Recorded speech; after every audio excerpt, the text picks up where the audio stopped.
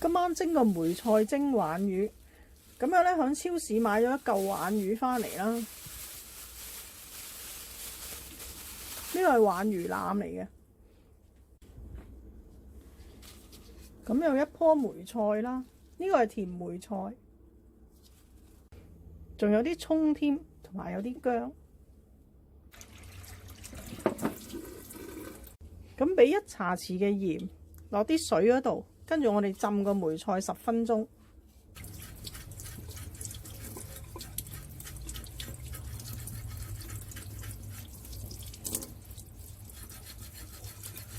要將魚肚裏邊黑色嘅嘢咧刮走。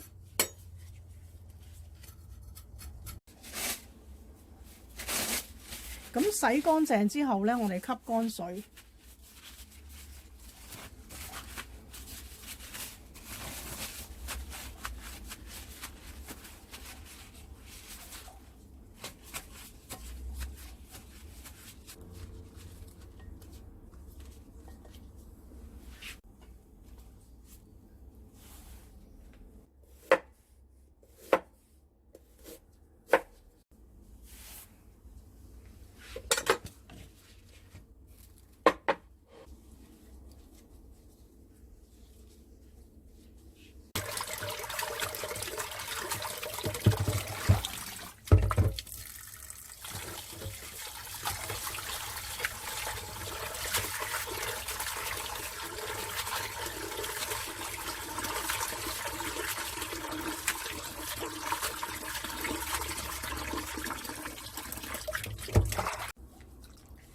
呢啲梅菜葉咧，裏邊會藏咗啲沙㗎，咁你要攤開佢，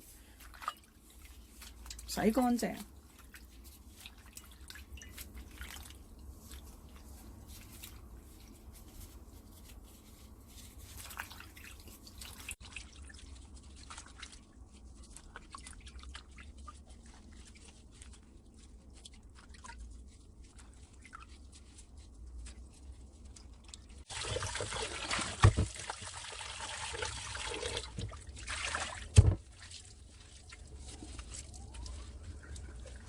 咁呢個梅菜頭咧，呢啲老嘅纖維咧，切走佢。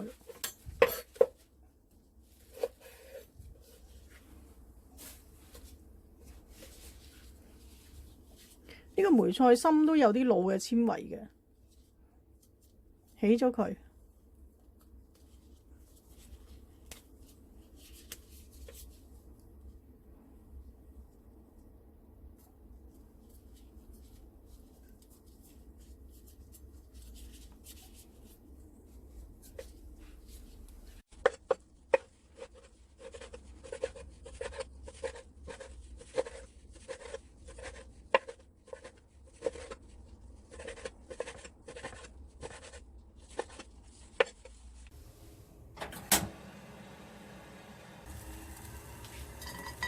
咁唔使落油，白鑊烘一烘個梅菜先。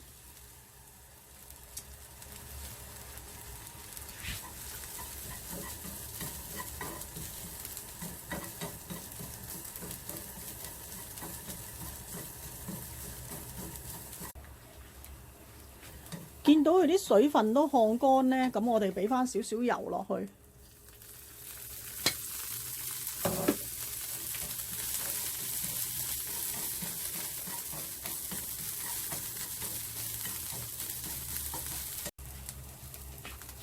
跟住俾翻少少糖調一調個味，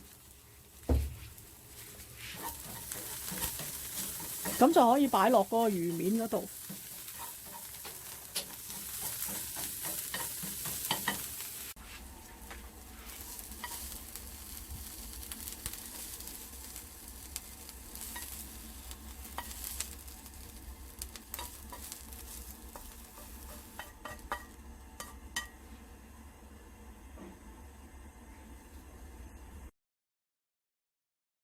呢啲辣椒咧係買魚送嘅，唔好浪費。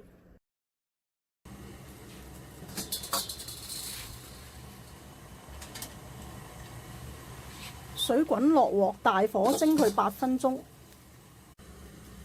就快蒸完魚之際咧，我就用個汁鍋煮熱啲滾油先。咁呢個鍋咧其實係一個汁鍋，好細嘅，啲人成日話我落咗成煲油，其實佢好細隻㗎。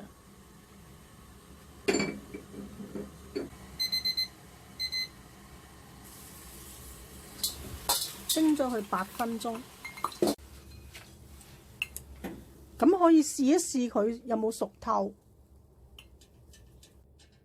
咁佢唔係咁輕易穿到落去，其實佢未熟透。咁我蒸多佢2分鐘。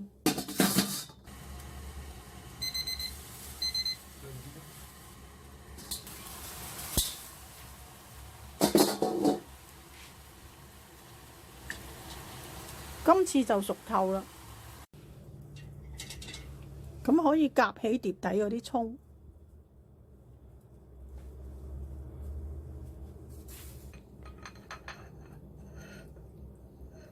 咁將啲魚汁倒咗佢，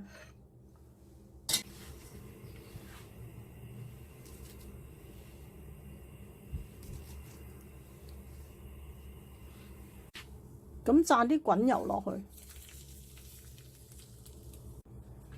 咁頭先影唔到啦，我哋趁個汁鍋仲熱嘅時候咧，倒啲蒸魚豉油落去，咁啊淋響側邊嗰度。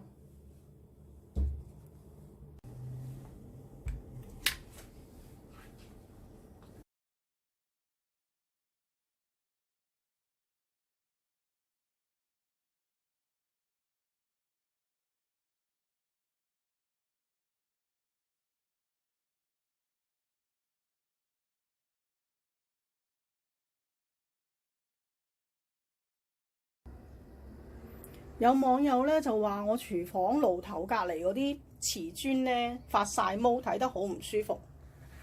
其實呢啲唔係毛菌嚟嘅，因為已經裝修咗10幾年㗎啦。